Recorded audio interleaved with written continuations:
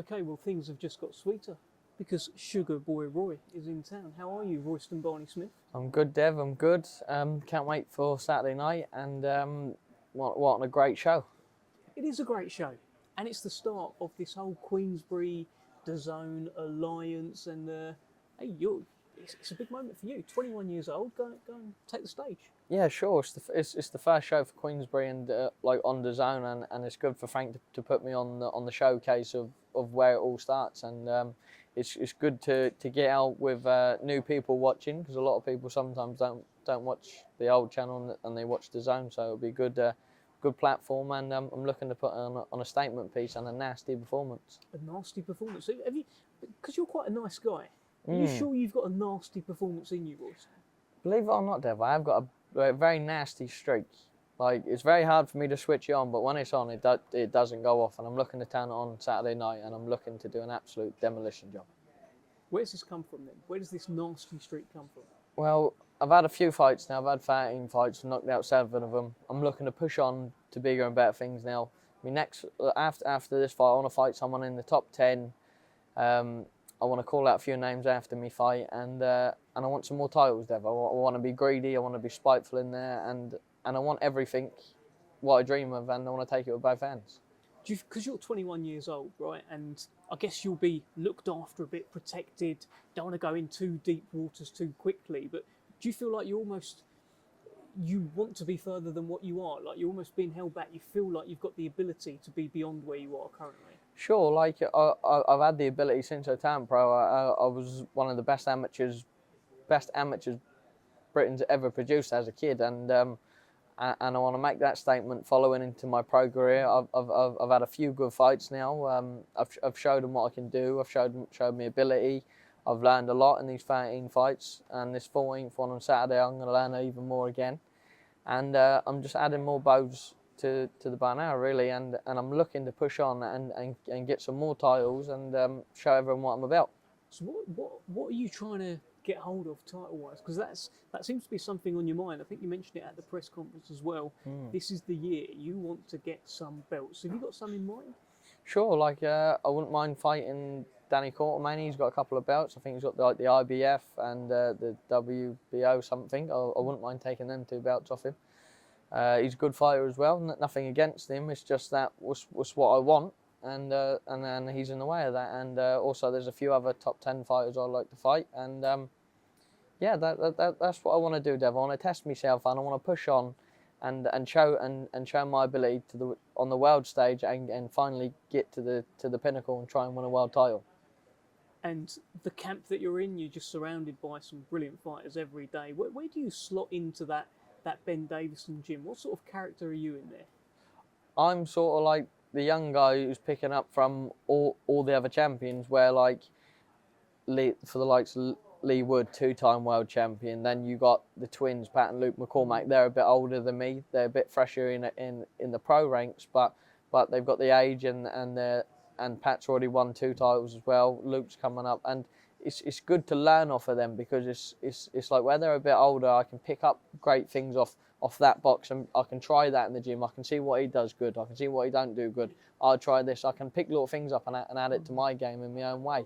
And the likes of Ben and Lee Wiley and Barry and that, they help me produce that, and that's the great thing about it. And then you've got fighters who are your age, who are in the Queensberry stable. Moses Italian, 20 years old. Alloys, 22. Yeah, it's good being with them. They're great fighters, big old boys as well. Yeah, presumably you're not sparring either of them. No, and I don't want to either, Dev, to be honest with you. They're a bit big for me. The weight class is for a reason. Sure. But I do give them a bit of stick here and there, and they're all right with it. They are all right with it. I think they just laugh and just, you're too small anyway, forget about it. But I think you've done a bit of work with Joe Cordina, is that right? I remember seeing some pictures. So you've been sparring, top boys. Ray Ford. Yeah, exactly. Joe, Josh Taylor. Like I've been sparring them since I was sparring Josh Taylor like 17. Sparring Joe Cordina at 18. Sparred Ray Ford the other day when I was like 20. Like it was good work, and just put me. I know sparring's not a fight. Obviously, I understand that. I'm a boxer, but it's good just to see what sort of can you do, and I didn't didn't stack up half bad, to be honest with you, Dev.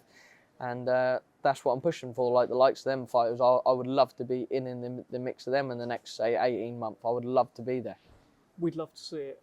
You're obviously you've been with Queensberry since the start as well. What's your relationship like with Frank? Because it seems to me whenever I speak to him about you, his face lights up and there's a whole energy there that he's a big fan of you. What's the relationship like? It's good. I can ring him. He calls me on a regular basis. We have a chat, not even about boxing. Sometimes we'll just see how's the family. Have you been away lately? And I couldn't wish for a better manager and even a better promoter. He does everything he can in his power for me to put me on like the likes of this show again. He's got me out on a couple of more dates after this. He makes sure I'm ready. He makes sure what do I need or need anything. And he's a great person to have in your corner. And yeah, that is the best thing about him. He's always there for his fighters, and he's especially there for me. And I thank him very much for that. You know, you called out Archie Sharp, and then Archie Sharp moved up in weight. Did you scare him out of your weight division? I wouldn't say that I did. But I wouldn't say that I didn't either. So obviously he was at super featherweight for a long time, and obviously I was calling him out. But he's a good fighter, like the likes of him. I wouldn't mind fighting him either. Like he's a great fighter. He's got some good accolades. He was like world number one at one stage for a point in time. So boxing someone like that, I can prove to myself that I belong. I just want to box fighters now where I can say, right, I can fight him, I can beat him. Now let me actually do it. And when I accomplish that, that gives myself a pat on the back because I can say, yeah, right, I did do that. It's not I'm thinking it anymore, so I am doing it now. Let me get your thoughts before I let you go on the Anthony Kakachi-Lee Wood fight. Obviously, you're really biased because you're mates with Lee Wood, you train with him. But talk to me about that fight because to me, it looks like an absolute belter. No, it's a great fight. The two fellas can punch. They both have the dog on them. I believe it would be a cracking fight. Big shots would be thrown in that fight, and I think Lee just tips it in the edge of winning the fight. Not because Kakachi's not good enough, but Lee's been there a lot more times than Kakachi has. I know Kakachi had a good win over Joe, and he has a couple of good wins lately, but Lee's done it time after time after time and after time again. He become a world champion, lost it, then said, you know what, frig it, I'm going to go again and win it back. Like he's had it, he's lost it, and he's got it back again. So there's nothing that he hasn't seen before. He's always fit, strong, and 100% at all times. You look up to him? Yeah, for sure. He's a great like role model in the gym. He's always on time. He's never late, always there, never out of camp, and always fit and go. So when you watch someone like that and you're thinking, I'm a bit tired today, and he's doing it day after day, it's like, right, I can't do that now. Like I have to do what he's doing if that's what it takes. So that's the great thing about him. And what can we expect from you on Saturday then? Saturday night is going to be a spiteful performance, Dev.